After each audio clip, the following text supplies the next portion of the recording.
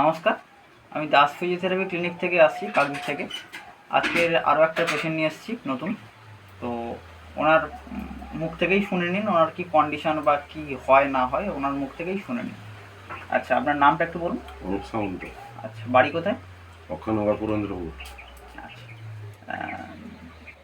কী condition আপনার একটু খুলে বলুন। এই হাঁটু কী হয় সমস্যা? ওই চললে খটখট করে লাগে, আচ্ছা। যন্ত্রণা হয়। কতদিন ধরে হচ্ছে এটা? মাসখানি মতন, কি 1-1.5 মাস এরকম। আজকের ওনার ফার্স্ট দিন করলাম।